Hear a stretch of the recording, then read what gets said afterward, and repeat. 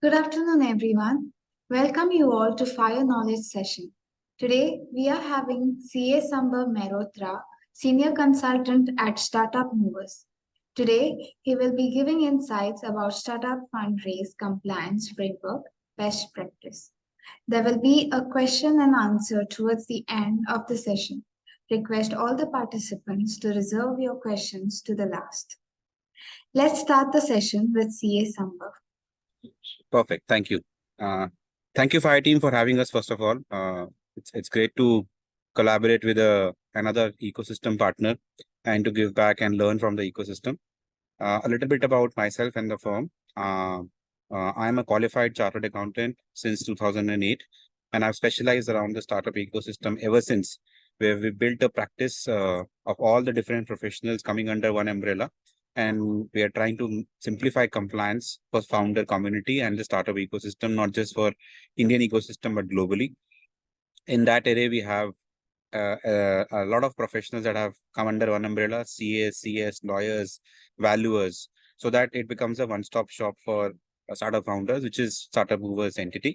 For the founders, it becomes one-stop POC, point of contact, and the backend, there's a star network of experts which the founders can bank upon.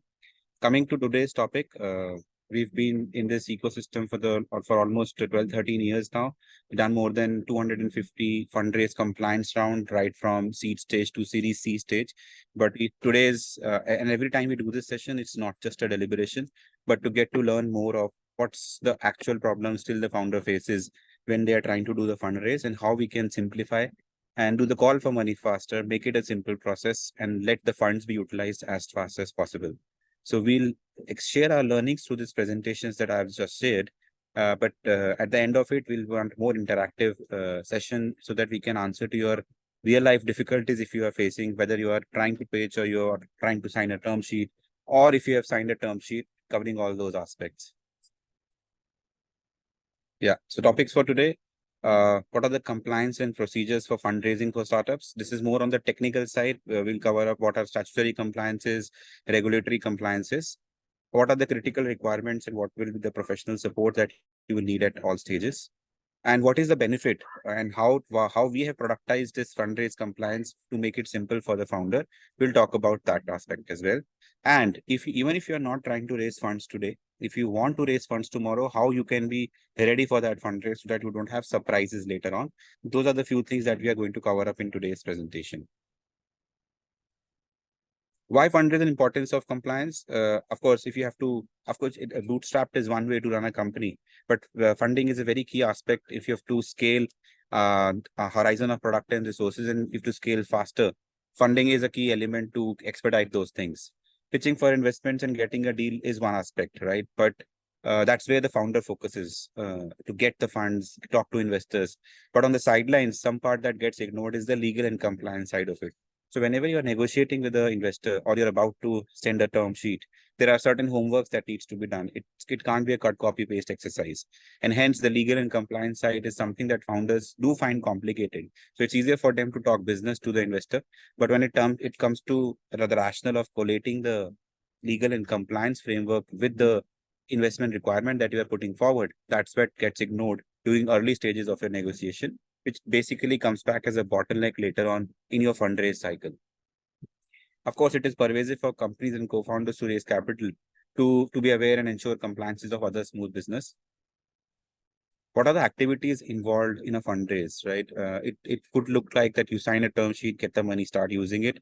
But right from signing a term sheet, which is the first stage for any fundraise compliance round to start, these are the different sort of professionals you will need to have on your side. One, you need a lawyer or somebody who has the legal expertise to draft your legal agreements or negotiate on your behalf of the terms that are coming from your investor's side. Second, once you've done the term sheet, once you've done the SHA, you will need to follow the secretarial route to ensure that the fundraise compliance from secretarial standpoint is taken care of, which also includes Startup India registration. We'll talk about it. And that can be taken care by a CS or a CS firm. There is a very, very complicated valuation requirements in Indian ecosystem. If you talk about the West, if you talk about, say, Singapore, they don't even ask about valuation if it's a banking transfer. Unfortunately for our aspect, there are multiple layers of valuation report that you might need under various clauses. We'll touch upon it in the future slides. And hence a valuer becomes a critical aspect in our compliance framework. If you're raising funds from a foreign entity or from an NRI or from a foreign citizen, you will need to do compliance under Foreign Exchange Management Act, which is called FEMA. Again, something which is very, very regulated in Indian ecosystem concept. But if you talk about, again, Singapore or some other Western world, such tedious compliances are not there. So that is one aspect where we do see a lot of misses on the part of founders where, oh, even post the fundraise compliance round closure, the RBI compliance sometimes gets missed, which is where the last point, the due diligence, where when you sign a term sheet, your investor at a late stage, maybe not at an angel stage or at a pre-stage, but maybe at pre-series A stage, there will be a thorough due diligence, and this will be apart from the audit that will happen, which will typically cover up your legal and financial side of story and validating that whether whatever is in the system is appropriate, is legally complied for. And if there is something that is not complied for, in your shareholders agreement, there are two sections. One is called as condition precedent and condition subsequent. So if during the DD exercise, any of these things are found to be non-compliant, your investors will add a condition precedent, means something that has to be done prior to them giving you funds. And then unless you complete that CP, condition precedent, your call for money cannot be done. And hence, for the DD exercise, it's important you have a good in-house team who's done the good job, or you need to leverage somebody from your side, because investor will appoint a CA from their side. There has to be a proper representation from your side to give the data that has been asked for, which is where a CA firm or any other service provider firm, conglomerate of different firms can come in. So what we are looking at from the current slide is that fundraise in itself looks like getting the money from the investor, but at the back end, it's a team that is working so that it's fully compliant for you to get the funds within the company. What are the legal activities involved where you need a legal expert or a lawyer? So you can go for a law firm. Parallelly, at an early stage, secretarial team has know-how of these legal activities. So sometimes the founders can leverage the same team to do both the activities. But when you reach to say a series A or a series B stage where a lot of rights are to be negotiated, a lot of rules are to be established, that is where a high-level legal expertise will be needed, which will have an experience of that industry-specific area and can cater to larger context of things. Early on, as I said, it could be one consultant doing multiple having multiple hats. But as you go on raising future rounds where your round size becomes bigger and your liabilities become bigger, it is important that multiple eyes are there so that from founder's side, you're protected. So what are the legal activities that are there? So there are primarily three documents, but of course there are more when we talk about the legal aspect of an entity. There could be n number of agreements that will come into picture where you need a legal counsel support. But when you're doing the fundraise, these are the three typical documents that you should be aware of being ready with for understanding and negotiation. First one being a term sheet. This is a prelude to your shareholders agreement. Basically, it lists down basics of what are the agreed terms between the investors and the founders in terms of tag along right, drag along right. What are the activities that the founders can do without consulting the investor? What are the activities they can do? How much percentage of shares they have free to trade later on? A lot of such things are covered in the term sheet, which is elaborated and finalized in the shareholders agreement and share subscription agreement. This is the formal agreement that comes in. So there are many cases where we have seen that a term sheet is signed, but ultimately the round doesn't progress because certain terms that were kept in the term sheet apparently became a bottleneck and the talks failed. And hence shareholders agreement becomes a legal binding agreement later on. However, we've seen such cases where despite of the shareholders agreement in place, the investor has kind of backed out or founders had some bottleneck in their DD that the investment did not go through. What does the shareholder agreement do? Basically, it outlines the right obligation of the shareholders, not just existing, not just incoming, but of the existing shareholders who've been there in the previous rounds, and brings everybody on the same page in terms of the rights and responsibilities that founders and shareholders will have. The purpose of the agreement, though, is to protect the interest of the shareholders, but apparently the negotiations around keeping it balanced from founders' side and investors' side. So basically, the negotiation that goes to and fro between your legal counsel and legal counsel of the investor will be to ensure that the shareholder agreement is balanced on both ends. And lastly, the one document that is missing from the basic framework that an entity and the founder should have is what we call as a co-founders agreement. So today you might have a very amicable relation with a friend with whom you are starting a business, or a family friend, or be it anybody, a business colleague, where you have verbal arrangements or understandings which you have kind of captured in the shareholding that you have today. But apparently, as you grow in size, there are multiple decisions to be taken, and then the responsibility matrix to be set and expectations to be carried forward, which is where we've seen one of the biggest failures of good startups having good traction, good framework, good unit economics has been co-founder conflicts. Now, good co-founder agreements are those that are never used. But an absence of a co-founder agreement is an area which will leave a lacuna that a lot of your open areas can come back to bite you later on, where there could be disagreements in absence of a written document, and hence things do fall apart. So at the investment stage, most of the times good investors will stress on having a co-founders agreement. Having said that, even if you're not trying to raise funds, having a co-founders agreement, according to us, is a must recommendation to keep things intact and to ensure smooth operations, even when the organization scales, with clear written or responsibilities that you would have set initially, that you can come back to and keep on altering and doing an amendment into this agreement. This agreement will also have things like reverse vesting, because say on day one, you have two co-founders, 50-50% shareholding, and say one of the co-founders exits after 1 year, then how does the shareholding will behave? All that should be captured as a part of the co-founders agreement. This is a broad framework on how the legal activities happen. Next is the Startup India registration, which will cover prior to secretarial compliance. This is because it gives you certain benefits in terms of applying for raising funds through convertible notes. We'll come to that benefits in the next slide. But in 2016, in the Startup India Action Plan, certain criteria were set up where you could register yourself as startup, and there are 3 stages for this. One is what we call as a straight-through process stage, where you go on the website, put your credentials, give your PPTs, give your business details, and you get what is called as unique identification number. The failure rate has been very less there, at least in our portfolio that we have applied. And in fact, that has been none so far. But we've seen failures when a founder is applying themselves and certain criteria is left to be filled, where the department then sends back the application or asks to reapply. But as I said, the first step is fairly easy, is straight through process where you get what is called a recognition number. That does not give you other benefits yet. So one preconceived notion is people feel that if they have that first registration in place, they have all the benefits of Startup India plan. That is not the case.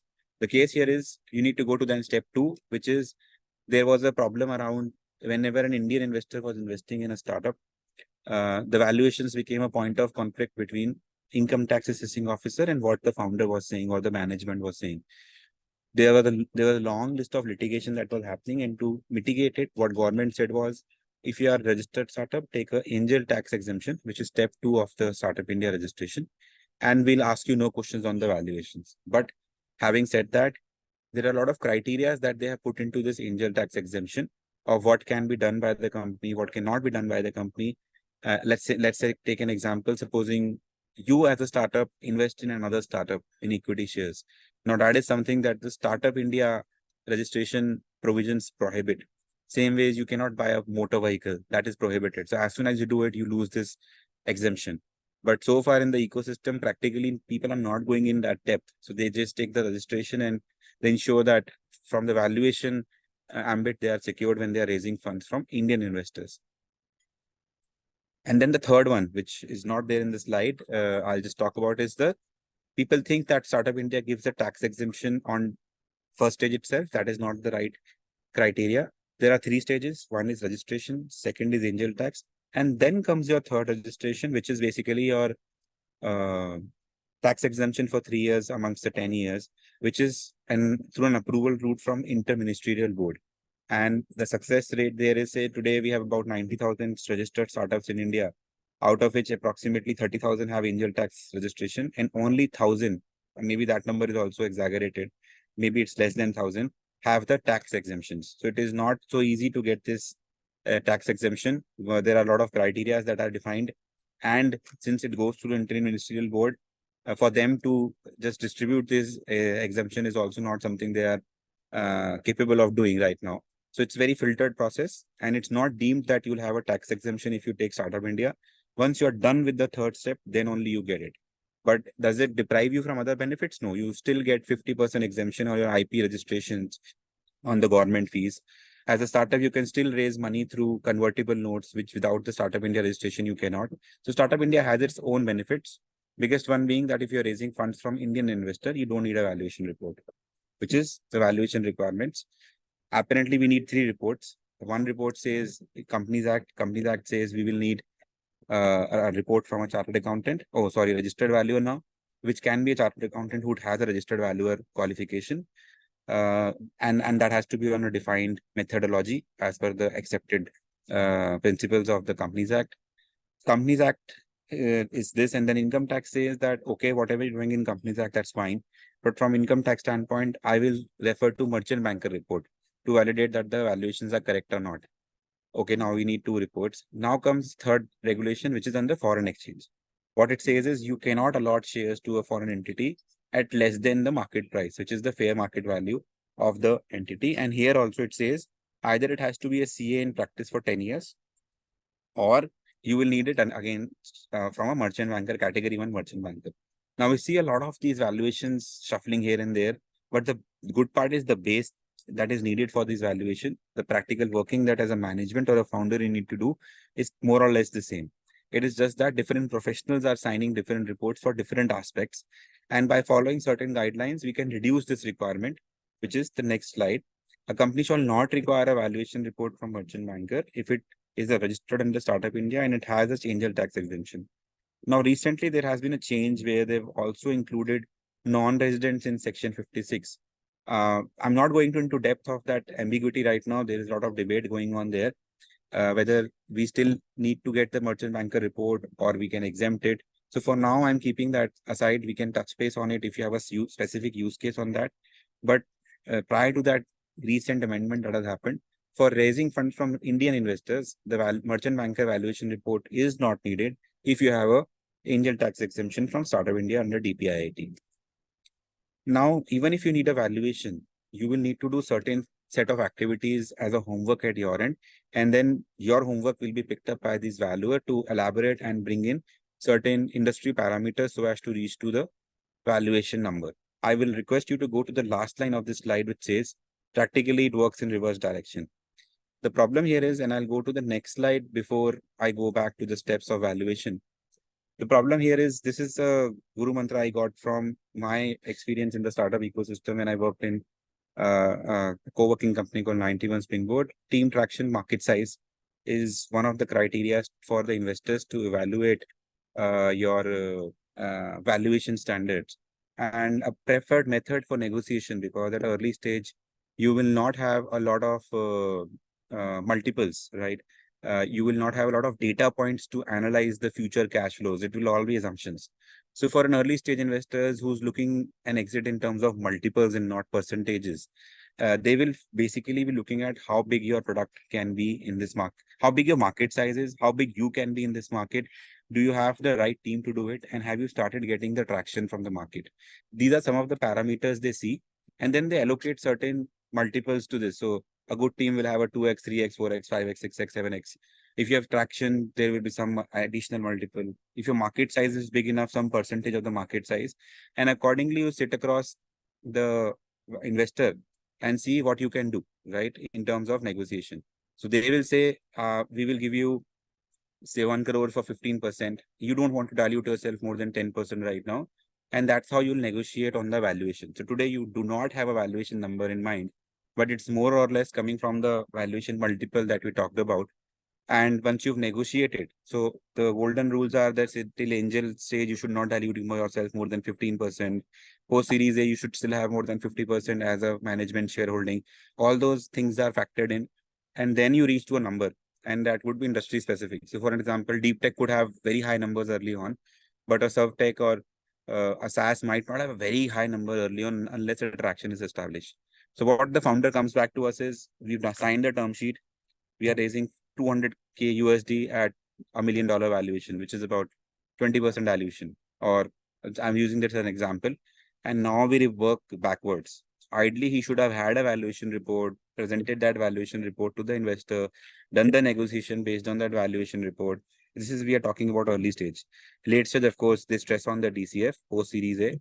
But early stage, pre-seed, seed, angel is when valuation actually doesn't matter in terms of negotiation that happens between the founder and the investor. And it then works in the reverse direction, where you tell the professional, oh, we are raising 200K at a million valuation. And then the first thing which is the first point which the valuer will ask is, do you have the projections of your company for the next 5 years? Which usually founders do not have that well drafted across 5 years, maybe for a year or two, which will then be extrapolated to reach to the 5-year number, 3 or 5 years, or maybe 10 years. Then comes the valuer's role, who will study the industry, analyze your projections and business plan, discuss your assumptions, whether they are correct or not. Then they will apply the right method so as to reach to the number based on the compliance that is set in, which the methods which the law lets you do that, which is the primary method that you will see is discounted cash flow. So you see what you will generate in future years and discount it to current date. And while doing that, there are few risk-free rate, which is again a valuation technical, multiples, values, and then your valuer will kind of try to reach to close to that number which you've already negotiated, or come back to you to say this is impractical to do, it doesn't make sense. I mean, that's where talking to your valuer prior to negotiate with your investor makes more sense versus going back to them once you've already negotiated. So a valuer can bring in insights of industry and give you the right multiples to negotiate on, versus over diluting yourself or giving very hefty valuations which we cannot justify early on. And then he'll submit you a draft valuation report, and then a final report is issued. That's the chronological step, but as we discussed, it works in the reverse direction. We've talked about the multiple approach method. Once your valuation is in place, you move on to the secretarial team. Secretarial team will ensure some pre-money compliance and post-money compliance. Pre-money being something that you need to do prior to you get the money in your bank account. Post-money being once the money is in the account, what all needs to be done. And primarily everything needs to be informed to registrar of companies, and all compliance needs to be done with the Companies Act. What all is done, your memorandum might need to be amended. A board meeting and shareholder meeting needs to be done to evaluate and get approval for raising the funds. We'll do the drafting of the notice and send the invites for the general meeting. And then finally, if we see that the authorized capital is insufficient for now to raise the funds, the authorized capital is first increased. Post that, we need take an approval from existing shareholders who can object to a round. So that's where the shareholders agreement becomes critical of how and when can your investors block you to raise further funds. And hence you need to take their approvals, of course, as per the Companies Act as well, which is where your secretarial team will draft these documents, conduct the meetings, get the approvals, and file the necessary forms like MGT 14 to ROC for approval for formal opening of the round. Once that is done, the investor details are collected, all those documentations are done. And then finally, the forms are filed, which is PAS 3 form to the ROC to say that we've got money in the bank and now we can primarily issue the shares.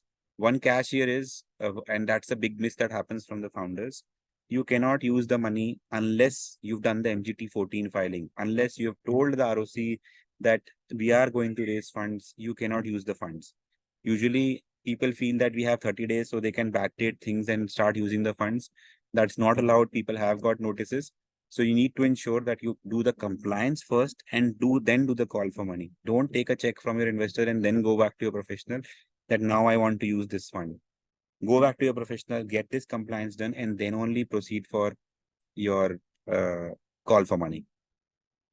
Once you've allotted shares, you need to give share certificates to the investors within stipulated time. And then you need to stamp these shares, which is a state-specific act, right? Share stamping is mandatory across states, and it is different for different states. So, right, in Delhi, the methodology could be different. In Haryana, the methods could be different and the rate could be different.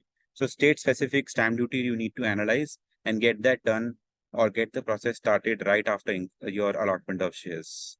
So, what we've done so far, we've done the legal framework through a lawyer, then we negotiated the valuation, got the valuation done.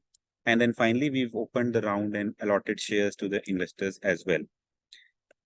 Post that, if you have a foreign investor in place, you will need to do RBI compliance, which is again one area of non-compliance that we see a lot. And this is again two-step. First step being the KYC. You need to inform RBI that you have an investor with proper know your customer details, so that that's registered with RBI that some investors is putting money in an Indian entity. And within stipulated time of putting that money in, you need to issue those shares to the investors or refund that money. So if you have not issued the shares to the investor that has put in the money, and subsequently you've not returned the money, that is a non-compliance and subject to compounding as well, right? Then there are use cases where you have money that you've received from your investor, but in lieu of the foreign exchange involved, there is some excess money that is there, which also needs to be given back to the investor. Now, once you do that, your bank, RBI bank will generate what is called a unique identification number, which is the formal compliance that is done through your AD bank. You cannot directly negotiate with Reserve Bank of India.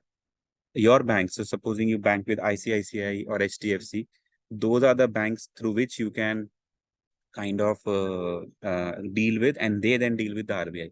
So none of those forms are filed directly to RBI. It is filed to your AD bank, and then they file it to RBI. Once your unique identification number for that transaction is generated, that's stage one of the compliance. And whenever you have a foreign funding coming in your company, you'll need to do an annual compliance of what is called as FLA, foreign liabilities and assets, year on year, and need to inform RBI about the changes that is happening in your shareholding, so that they can keep a track of this foreign shareholding that has been done in your company. Along this exercise, right, whatever we've discussed so far, there would be a parallel process that your investors will start. What they want to ensure is that the money that they are putting into the company is legally, the company is having a correct framework, legally compliant, and then there are no liabilities that exist on the company as on date of their investment, which they might have a obligation towards, or even if there is a liability, they can clear cut indemnify themselves through the founders that their money will not be utilized, or they want to kind of get a gauge of the industry, that what are the legal complications that are going to come in the industry that they are investing, so that they are aware of how they have to mitigate it. Now, this is done through a legal counsel, a legal DD team, or a law firm. But most of the time at early stage, you will see that maybe same entity can do your financial due diligence or legal due diligence. And there is another DD called business due diligence, which is done by these VCs, right? Which is apart from these legal and financial diligence. Primarily, the business DD is something that they are more focused on, and this is more of a compliance sort that they need to take on, that they just need to get it done because of the LPs or all the investors that they have on board, to make sure that this compliance is done. So once the business DD is done from these VCs specifically, the legal and financial DD is more of a tick point, unless a big red flag comes out of any of these two. So legal will talk about legal frameworks where you need a support system of a lawyer internally. And then financial DD will talk about tax compliance, accounting, how is business intelligence and financial decisions taken, are all tax filings being done on time, the projections and unit economics make sense, are they aligned to the real business numbers. Early stage, we might not have so many numbers with the startups. So at that stage, financial diligence will primarily focus on whether the structure is correct, whether any previous rounds were raised, any filings are pending, and all sorts of those legal, financial and compliance oriented DD is done, and a report is issued. Some part of the observation of these two reports will become what is we call as condition precedent, which you need to complete prior to investor putting money in your company. Some will be condition subsequent, which will just be that once you've done the fundraise, this is the procedure that you need to follow, right? And we've not seen a lot of cases where post DD, the investors has declined to invest. We've only seen cases where there is delay in investment in order to fulfill the criteria, but we've never seen cases where investors have backed out post the DD, at least not in our portfolio. Once they have done the business DD, it could take time to complete these two DD exercise. But it's not like that after this DD, they've declined to invest in the company. And that is where you need a right set of professionals at your end also, so that not a lot of time is wasted around this exercise. I'll just take a real-time example of a DD which we just assisted. It's a very good team, very good product. They have a very, very good traction. Market size is huge. Unfortunately, their focus on finance was not that great early on. It's been 3 years in operations. Now, a call for money that should have been done within 30 days has taken now more than 100 days. Yeah, so I was on this legal DD and financial DD slide.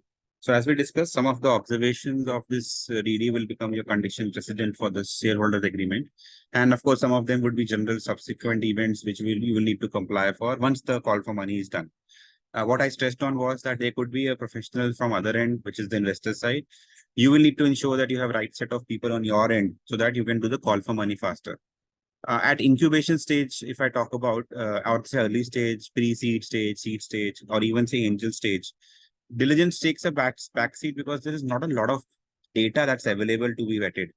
And we've seen that DD is kind of skipped at that point of time or not given that much reliance. But we do feel that an entity for 6 to 8 months of activity, even if it's a dead entity, there are framework related compliance or say background verifications for founders that can still be done. And a basic level of DD should still be done, whatever stage of activity you are investing in. And that should be investment and not a cost that it should be considered. And DD should not be taken as a checklist compliance. They should be taken as a value additions for both management and the founders in the fundraise and the startups journey. Are you ready for a fundraise? We'll just little bit talk about that. What kind of things you should keep in mind before you go for a fundraise? My LinkedIn today's, I mean, out of the 100 messages that come, 99 are for raising funds. And interestingly, what I do is analyze in terms of a little experience that we have in terms of a founder metric of what the problem they are trying to solve for, whether actually it needs funding or is it a legitimate business that could have been bootstrapped and traction could be established and then fundraise could have made sense. First question you need to answer is, why are you raising funds? Do you need those funds? Can you be bootstrapped? Can you leverage debt? Do you need equity? Do you need partners? So you need to do homework before you approach the ecosystem. Instead of going haywire in all the events, talking to a lot of people and hearing that, oh, we'll come back to you. It makes sense to do your homework and give your excellent 5-minute pitch that you can, which will validate of why you need funds, what for you are raising funds for, when do you want to raise funds, and how do you want to raise funds. So all these why, what, when, and how should be crisply answered by you in the next 5 minutes. If somebody in a networking event just asks you, what we see a half an hour, 45-minute stories that founders do get attached to a lot, and then those 45 minutes are not going to help you. So if you're not able to answer these few things in the next 5 minutes in an interesting discussion that is happening, more or less, that's my personal thought process. It could be absolutely different at some other professional or with some other investor. But if you cannot explain this in the 5 to 10 minutes window that you have, then you've not done the homework properly. So if you want to see whether you are ready for a fundraise, you need to answer these questions. Look at the compliance framework that we just discussed in the last few slides, whether you have the basic framework, basic documentation in place. Because once investors start asking for certain more information, post they've shown the soft interest, and then there is a delay from your end to send that data point, then it kind of leaves a limbo effect of never-ending loop, where it will again then boil down to, we'll come back to you, right? So doing the right set of homework, having the answers to right set of questions prior to go to an investor to raise funds is very, very critical. And instead of going a haywire route to ask for money, it's important to invest a little time in doing this homework and then approaching the investor community, whether Indian or global, so that you can approach more number of people and have a larger domino effect or a more scalable effect. So even if you've not raised funds from all of them, you created a right noise by speaking to a lot of people very, very crisply. So I'll stop here and I will rather have an interactive session with you all, since it's not a very big group. I would request, if you have any questions, happy to take them one-on-one and try to learn more from this ecosystem. If anyone has any questions, please ask. Can I go first? Sure. Yeah. Okay. Yeah. Thank you. It was really I understood some of the aspects here, but you use the SISF example, SISF, the CCD route that we're talking about, right? Because SISF has also the grant component there. So if somebody is going for a grant component, you would still recommend doing some of the, what you say, you mentioned, right? If the startup is not, doesn't have much activity, because see, we are basically not, we have some market validation, but we are not fully, our product is not in the market.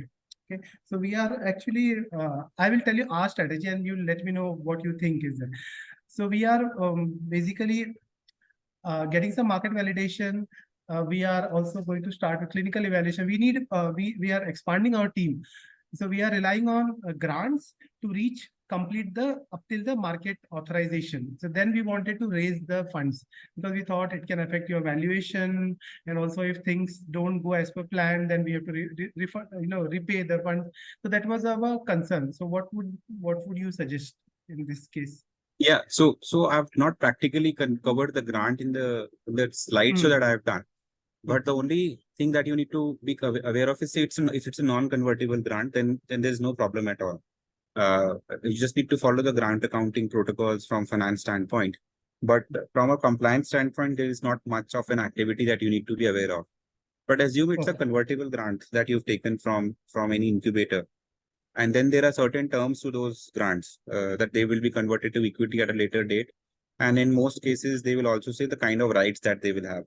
Now, what we are seeing from a little experience that is coming from this incubation side is that there's imbalance in terms of the terms that are being kept by incubators, or it's not a standard template has been used at both ends, and certain terms have not been thought upon, which later on is becoming a challenge when the next investor comes in.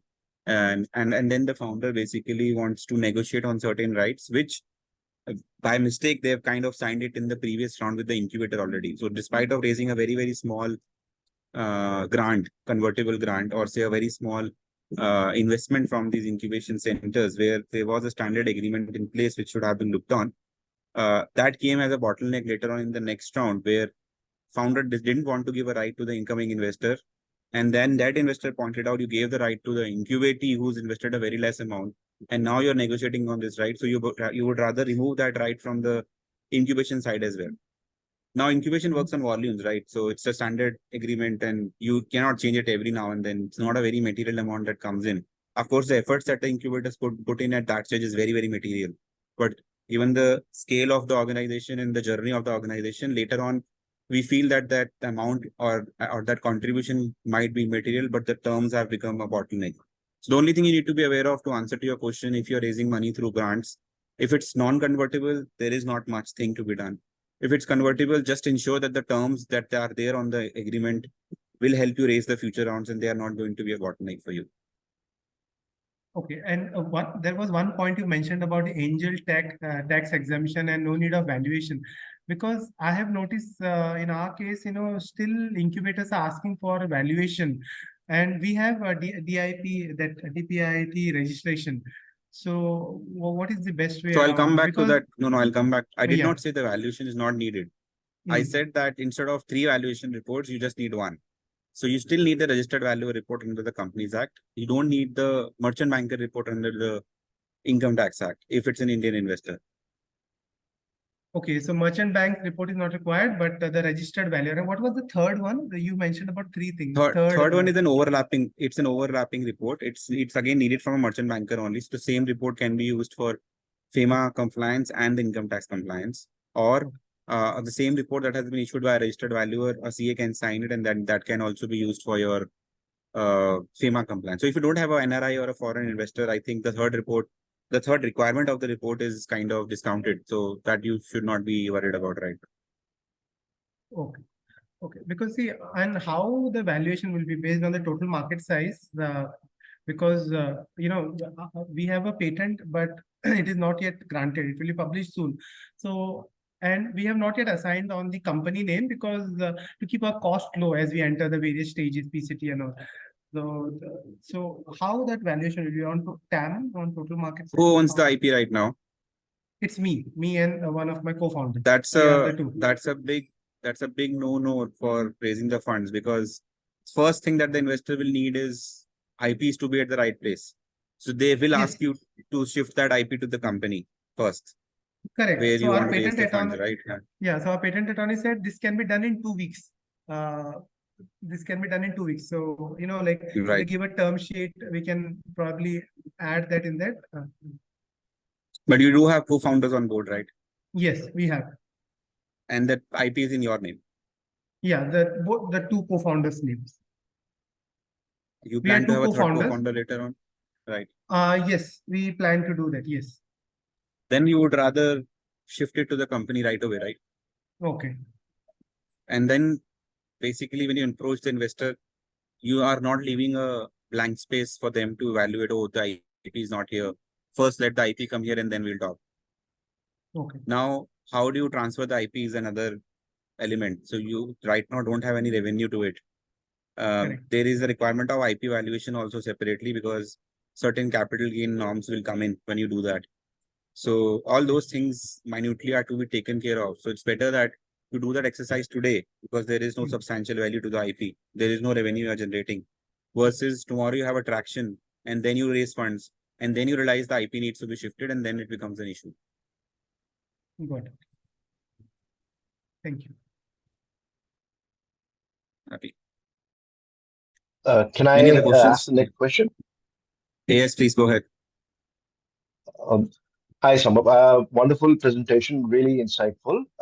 My name is Thank you. Jitesh Madhwani, and I've recently launched a FiiRe, it's a startup marketplace for food products. Now, our focus is on primarily additive-free, clean label foods and beverages. We would be seeking to raise funds in the coming future once we've established certain amount of traction, which can justify a valuation and also which can minimize the kind of equity we need to part with. Now, this prerequisite which you've talked about for fundraising, can you give us an idea in terms of the amount of time and financial resources we need to earmark to comply with all of these steps? Great question.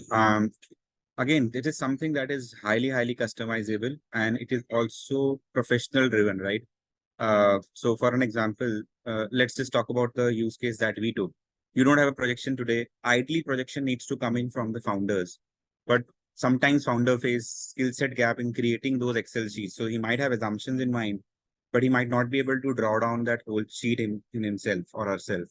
So the first support system that is needed is I need to create that business plan itself that can tell me where will I stand 5 years down the line, given the assumptions that we have today. So the first scope of work for your professional would be creating these projections or refining your projections based on the assumptions that you give to them, business assumptions. Once those assumptions are ready, the valuer will then run their own set of technicals so as to reach to the valuation number, which they think as per industry standard should justify the business.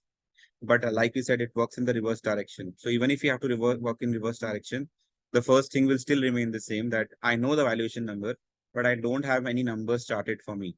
So the first scope would be charting the 5-year projections. Second scope would be two. One, where you have not started your negotiation with the investor and you seek a draft report from a valuer and make that as a base to negotiate better. Two, you've done your negotiation. The only thing that you need is a report from the compliance standpoint, which needs to be filed with authorities, but the number is already freezed, right? So it could be 3-layered or a 2-layered scope.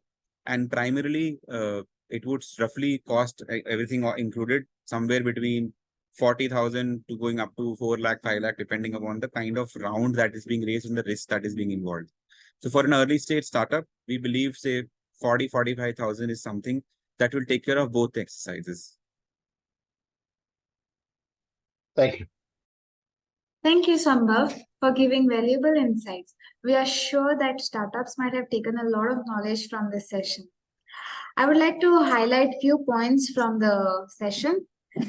Startups got to learn about legal compliances. We got to know more about foreign investments, much more understanding on term sheet, shareholder and co-founder agreement.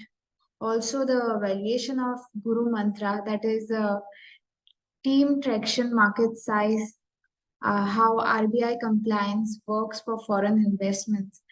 Thank you, Sambhav. It was great having you. Thank you for having us. It was a mutual learning always. Thank you. Thank you so much. Thank you, everyone.